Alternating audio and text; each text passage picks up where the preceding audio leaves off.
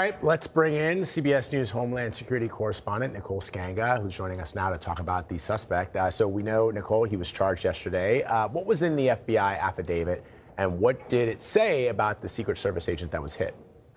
Yeah, absolutely, Vlad. So the affidavit was a little bit of a surprise in that we saw different charges than what were initially announced by the U.S. Attorney for the District of Columbia, Jeanine Pirro. We saw 2 weapons charges, one for interstate trafficking, one for possession of that firearm.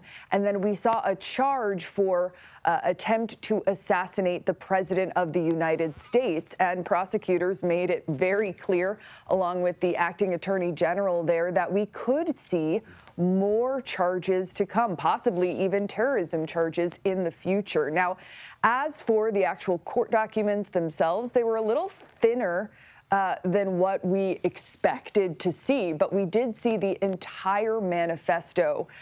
And I'm told by sources at the Department of Justice that it was important to them that that entire confession by the alleged gunman be made public. We also learned that the uniformed division officer with the Secret Service that we know had some sort of conflict interaction, possibly an exchange of gunfire with Cole Allen. He did discharge his duty weapon 5 times. So 5 of his shell casings were recovered at the scene.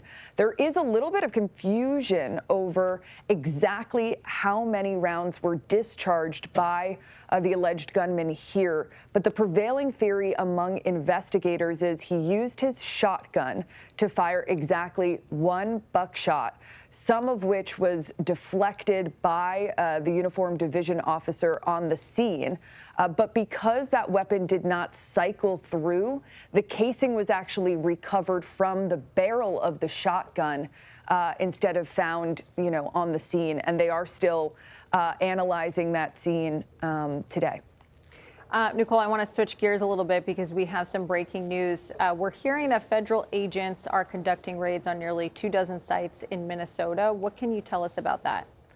Yeah, there were 22 federal warrants that were executed this morning, largely at daycare centers in the Minneapolis area. As of this moment, we have not heard of any arrests connected to this, but this is a sort of restart, if you will, of the Department of Justice's anti-fraud operations in the Minneapolis area. Now, we are told that there were no immigration arrests made, that this was an FBI operation. So this is different than what we did see back in January with the sweeping, ICE operations. But certainly, I was in Minneapolis a few days ago.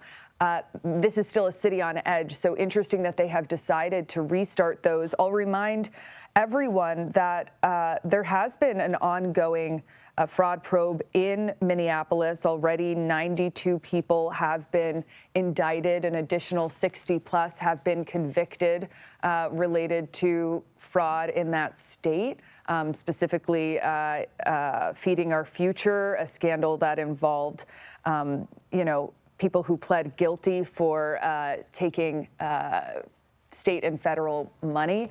But we're still learning a little more about exactly the extent of the law enforcement operations today, and if we'll see any new charges arise out of that operation. All right. Well, Nicole Sganga, on top of it, as always, we appreciate you, friend. Thank you. Thank you so much.